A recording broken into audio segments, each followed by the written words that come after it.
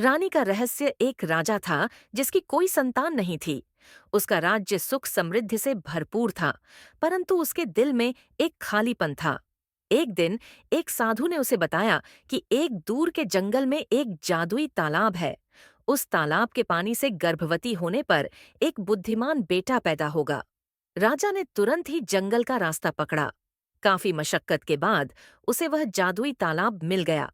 उसने तालाब के पानी को पिया और जैसे साधु ने कहा था, रानी गर्भवती हो गई। 9 महीने बाद एक सुंदर पुत्र हुआ, जिसका नाम रखा गया राजकुमार वीर। राजकुमार ज्यों-ज्यों बड़े होते गए, त्यों-त्यों उनकी बुद्धि में वृद्धि होती गई। वह पढ़ने लिखने में होशियार था और युद्ध कला में निपुण। लेकिन उसके साथ एक रहस्य था। उसके सिर पर एक छोटा सा निशान था, जो धीरे धीरे बढ़ रहा था। एक दिन राजा ने एक ज्योतिषी को बुलाया। ज्योतिषी ने बताया कि राजकुमार के सिर का निशान एक शाप है। जब यह निशान पूरे सिर को ढक लेगा, राजकुमार एक राक्षस बन जाएगा। यह सुनकर राजा और रानी बहुत दुखी हुए। राजकुमार को इस बात का पता चला तो वो बहुत निराश हुआ, लेकिन उसने हार नहीं मानी। उसने दुनिया की यात्रा करने का फैसला किया, शायद कोई उपाय मिल जाए। सालों तक वो घूमा, कई साधुओं से मिला, कई जादूगरों के दरबार में गया, लेकिन कोई समाधान नहीं मिला। एक दिन वो एक गुफा में पहुंचा। वहां एक बुद्धिमान साधु मिला, जिसने उसे बताया कि शाप तोड़ने का एक ही रास्ता है, एक दुर्लभ पौधे का रस। ये पौधा समुद्र के सबसे गहरे भाग में मिलता है। राजकुमार ने हिम्मत जुटाकर समुद्र में गोता लगाया। बहुत मुश्किल से उसे वह पौधा मिला। जब उसने पौधे का रस पिया तो उसका सिर का निशान धीरे धीरे गायब होने लगा। इस तरह राजकुमार ने अपने आप को बचाया और एक महान राजा बना। उसका राज्य हमेशा के लिए सुखी रहा। राजा और रानी अपने बेटे वीर के बचाव में बेहद खुश थे। वीर भी एक सशक्त और बुद्धिमान राजा बन गया। राज्य समृद्धि के शिखर पर था। लेकिन एक दिन अचानक ही राज्य में अजीब अजीब घटनाएं होने लगीं। लोग गायब होने लगे, फसलें सूखने लगीं और एक अजीब सी भयानकता राज्य में फैलने लगी। राजा वीर ने अपने सभी मंत्रियों और सलाहकारों के साथ बैठक की, लेकिन कोई समाधान नहीं निकला। तभी एक बुजुर्ग साधु राज दरबार पहुंचा। उसने बताया कि यह सब एक शाप का परिणाम है, वही शाप जिसे वीर को बचाया गया था। साधु ने कहा, जब आपने उस जादुई पौधे का रस पीकर शाप तोड़ा, तो शाप पूरी तरह से खत्म नहीं हुआ, बल्कि वह किसी और पर स्थानांतरित हो गया। यह सुनकर सभी स्तब्ध रह गए। साधु ने आगे बताया, यह शाप अब राज्य की जनता पर है। इसे तोड़ने के लिए आपको एक और दुर्लभ वस्तु की जरूरत है, जो समुद्र के सबसे गहरे भाग में एक विशालकाय कछुए की पीठ पर मिलती है। वीर ने बिना देर किए समुद्र में गोता लगाया।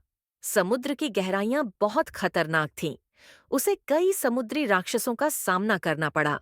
अंततः उसने विशालकाय कछुए को ढूंढ लिया और उसकी पीठ से वह दुर्लभ वस्तु प्राप्त की। जब वीर उस वस्तु को राज्य लाया, तो उसे एक विशेष विधि से शुद्ध करना पड़ा।